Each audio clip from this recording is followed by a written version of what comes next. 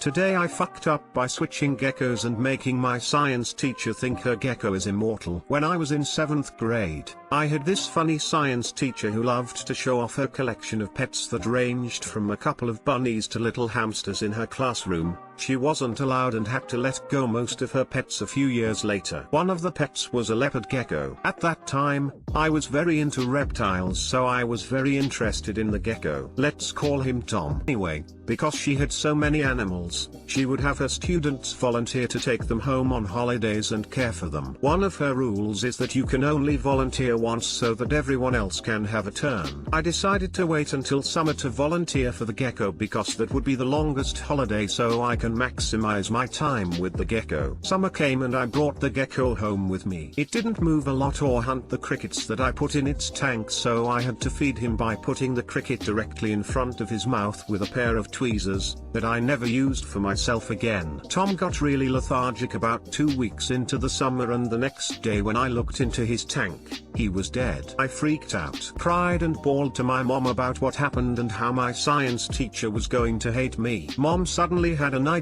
and we went to a pet store, not before we buried Tom in a box in our garden. We went to 2 different pet stores before we found a matured leopard gecko that was identical to Tom. Same size and patterns, so we brought him and named him Tom. Fast forward to end of summer and I had to return Tom. I was so ashamed of what I had done that I couldn't look at my science teacher in the eye even when she thanked me for caring for Tom over the summer. Fast forward again to first year university. I was scrolling down Facebook when I saw my old 7th grade science teacher posted something on her FB. We became friends after I graduated. She stated that her leopard gecko have lived a very long life of 31ish years, and was probably the oldest one in the world, but now was over the Rainbow Bridge. She was so proud to have the gecko for that long. I haven't had the heart to tell her that it wasn't the same gecko, but she probably knows now because she passed away last year, so she's probably hanging out with 2 geckos. Too long didn't read. The gecko died under my care, so I switched the gecko for a live one so my science teacher wouldn't hate me. Edit, thanks for the awards guys. And from what I can understand, it seems that this is a common problem among middle school science teachers. Lol. Stay safe everyone. I have this image of her actually being surrounded by tens of geckos, where many students over the years have done exactly the same thing. It's kinda sweet that the teacher didn't even think that people replacing the gecko was a thing. If someone could clone my cat and replace her when she passes, that would be swell. She's not allowed to die. I love that you changed the name of the gecko to protect his privacy.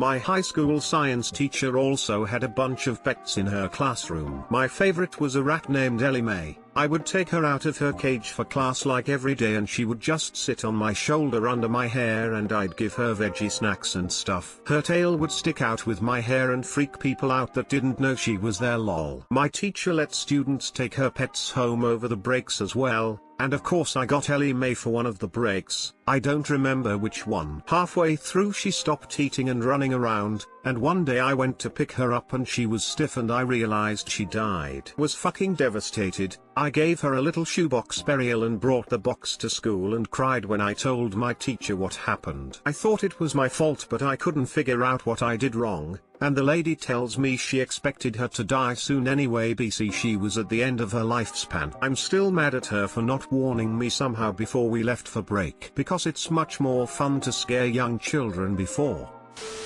My favorite part of this is the average lifespan is 15 years, so it's not like multiple people did this. Tom happened to pass when he was in the care of Op and his mom, who were willing to replace him to spare her feelings and keep the secret. Op, you gave this woman 30 years with her pet. While definitely a lie, I don't see this as a bad one. She was never hurt by it. As a science teacher, I imagine she had some doubts, and if she wanted to know she would have questioned it before his passing. When I was 18 I gave my mother a bonsai tree for her birthday. She loved it.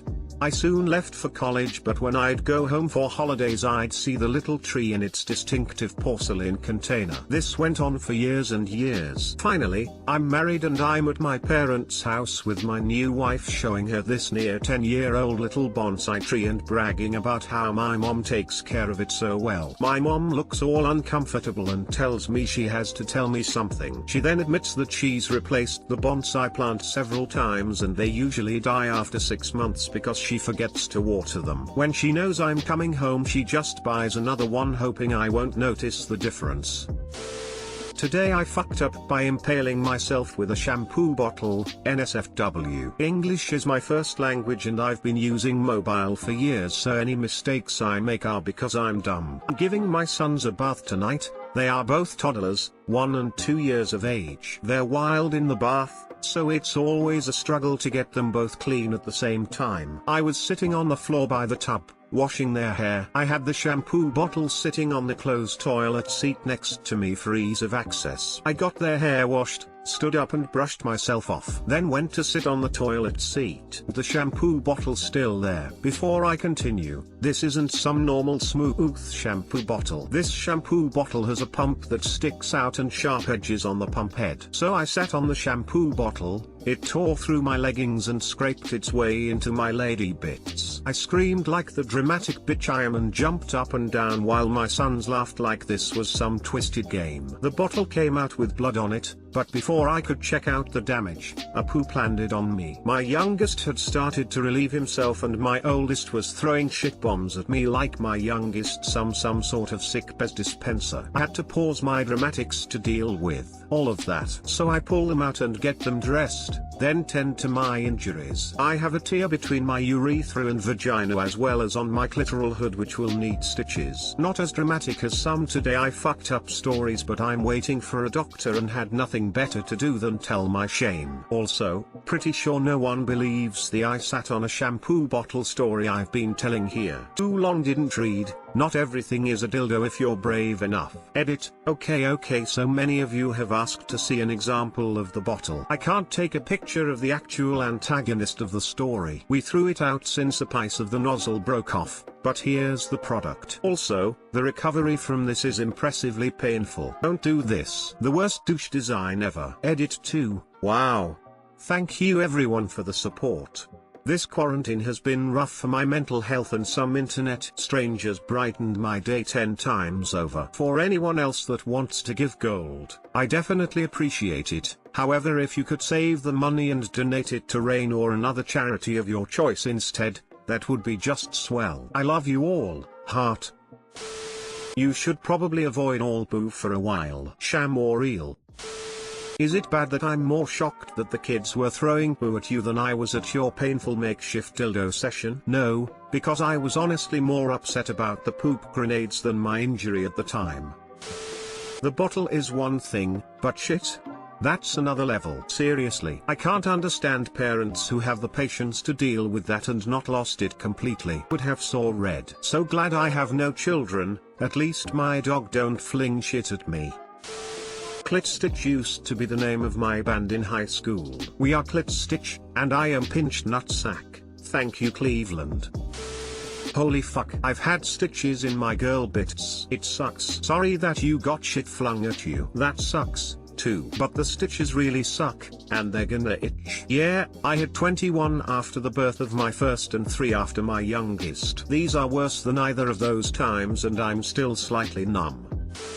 Today I fucked up an MRI scan by having a dark sense of humor, that poor medtech. Though I have a neurological disability among other health issues. I use a wheelchair, my legs are pretty useless most of the time. I had an MRI scan appointment for my head, neck and spine. All is going to plan. The nurses tell me they will play some music for me as it's a pretty long scan, 20-ish minutes. Despite having had many scans they still scare me, mainly due to the cage that goes over your face which makes you feel like you're being locked into some kind of medieval torture device and the insanely loud horrifying noises. This is coming from someone who has moderate to severe hearing impairment. So I'm in there for about 10 minutes, already shaking and generally having an unpleasant time. I stop to ask if I'm okay between the scans while some top 40 type music plays, I think I'll take some sewed with me next time. Anyway, the guy asks me multiple times over headphones if I'm sure I'm okay. He's clearly not buying my BS. I lie through my teeth and he continues to the next scan.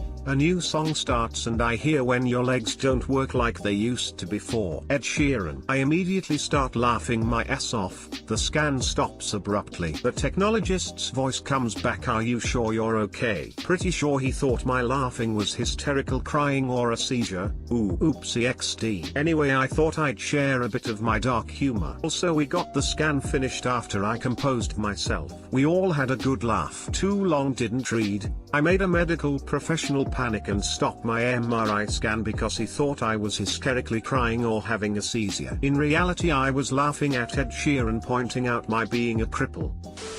After I came out of my 45-minute MRI for my neck some years ago, the tech congratulated me for doing so well. I told her that I had a moment of clarity in the tube. She was excited to hear such positive news, until I told her that I now knew I wanted to be cremated versus occupying a casket when I died. Put a damper on her mood.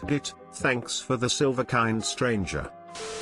I've only had one MRI in my life. Took about 20 minutes. I was so worried about freaking out, as I suffer severe anxiety. The super loud noise and rhythmic clanking actually really calmed me down and I sorta zened out. I'm sorry you find them so shitty. Also, go the sewed. Top 40s would probably make me want to rage quit. This song is how I met my best friend. Back in high school, I was in gym class and the teacher brought in a whole bunch of wheelchairs to teach us to play wheelchair basketball. So, the whole class is rolling around the gym while music plays. The song changes and all we heard was When Your Legs Don't Work Like They Used to Before. My awful self thought this was the funniest thing, but I tried to contain it. Looking around the room, no one seemed to notice, but then locked eyes with a girl I had never even talked to before and we both burst out laughing. And now, 6 years later, we are still best friends. I've had MRIs done twice. I really wish it had no music. They crank the volume to unsuccessfully drown the noise and now you got ear hurting crap in your skull for half an hour. And it's cold AF. The images are rad, though, if a little small. 3/10 would not recommend. I had one where they couldn't get the music loud enough, so I went in with the promise of sweet tunes only to be trapped there with the machine sound instead. I think the letdown was worse than the actual noise, TBH. Am I the only one that finds the sounds of MRI machine bow today? I fucked up. I was really freaking out before, both for the coffin feeling and the noise. At the end, it luckily felt like going to a super tight, very avant-garde minimal electro club.